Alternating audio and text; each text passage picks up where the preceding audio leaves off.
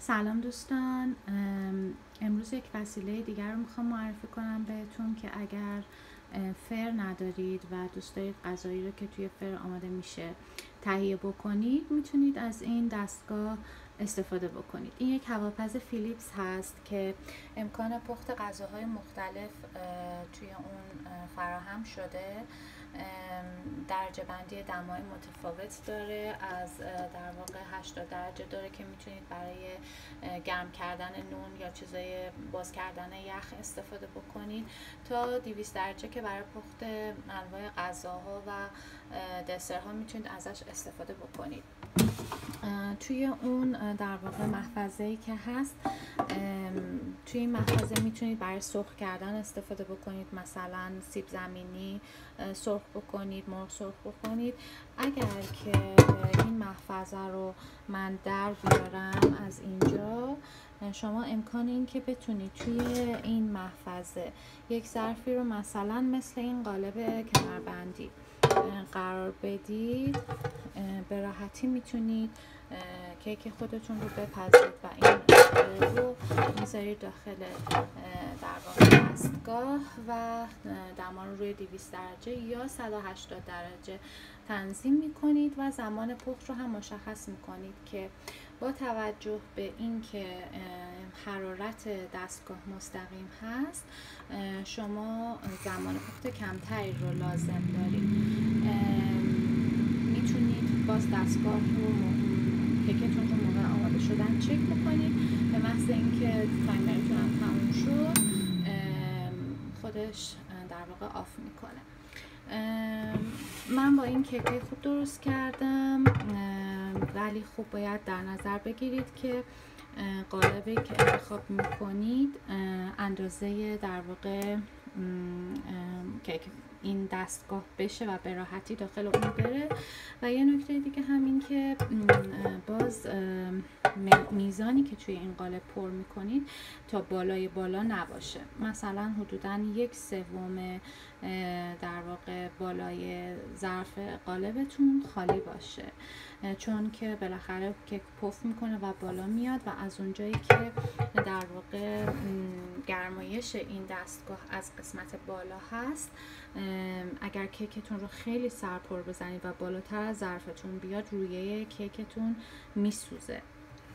بنابراین به این نکته دقت بکنید که میتونید از قالب کمربندی به راحتی کیک‌های خوبی رو توی این درست کنید، به شرطی که هم سایز ظرف رو هم میزان موادی رو که داخل اون میریزید در نظر بگیرید. مثلا باید 2 مرتبه این کار رو بکنید و اجازه ندید که خیلی پر بشه و بالا بیاد. یه نکته دیگه در مورد این در واقع دستگاه، این دستگاه برای سرخ کردن سیب زمینی که فوق‌العاده است، یعنی فقط یه قاشق در واقع غذاخوری شما روی کل سیب زمینیاتون بریزید و مخلوط بکنید و بذارید. سیب زمینی‌های که خودتون پوست کندید و خلال کردید یا سیب زمینی‌های آماده فرق نمی‌کنه.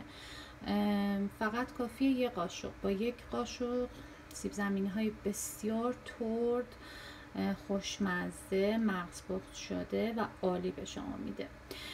برای درست کردن در واقع مرغ خیلی خوبه. مرغی که حتی مثل جوجه کباب توی مواد خوابونده باشید یا شنسل، میتونید روی قسمت توری دستگاه بذارید. این قسمت توری باعث میشه که حرارت از این کنارها میره پایین و چرخش در واقع هوای گرم توش اتفاق میفته و هم از پایین و هم از بالا حرارت به اون موادی که روی این توری هست میخوره و باعث میشه که کاملا خوب بپزه و ترد بشه.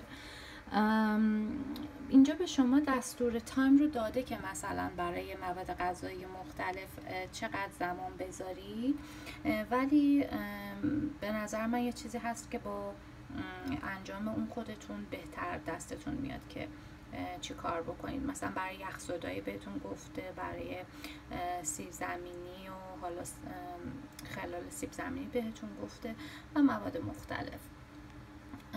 این دستگاه برای سرخ کردن بادمجون خوب نیست. یعنی اگر که حالا خیلی علاقه به بادمجون دارید و دوست دارید بادمجونای سرخ شده داشته باشید، این دستگاه خیلی دستگاه خوبی برای این کار نیست. اما اگر دوست دارید که مثلا میرزا قاسمی درست کنید یا بادمجون کبابی داشته باشید، چرا؟ میتونید بادمجون رو با پوست داخل دستگاه بذارید، دما رو روی 200 تنظیم بکنید، حدودا یه 10 دقیقه براش کافیه و بسیار طعم کبابی خوبی بهش میده. و فقط کافیه مثلا یک کمی بعد از اینکه آماده شد روی گاز یه مقدار اون بادمجون رو بذارید تا طعم دودی هم بهش بده. برای درست کردن پیاز داغ، اگر که فقط حدوداً 5 دقیقه با دمای 180 یا 160 خلال‌های کوچیک پیاز رو توی دستگاه بذارید، اون رو مثل چیپس میکنه و بعد با یه کمی روغن توی مایتابه بهتون یه پیاز داغ خیلی ترد و خوب میده. برای درست کردن غذاهای پنیری مثل موساکا، اینها هم خیلی خوبه. ظرفی اگر داشته باشید که مثل این قالب کمربندی بتونه در واقع توی این قرار بگیره، وقتی که این دست رو برمی‌دارید، توری رو برمی‌دارید، میتونید از همه اونها برای درست کردن غذای پنیری هم استفاده بکنید. امیدوارم که این پست براتون مفید بوده باشه.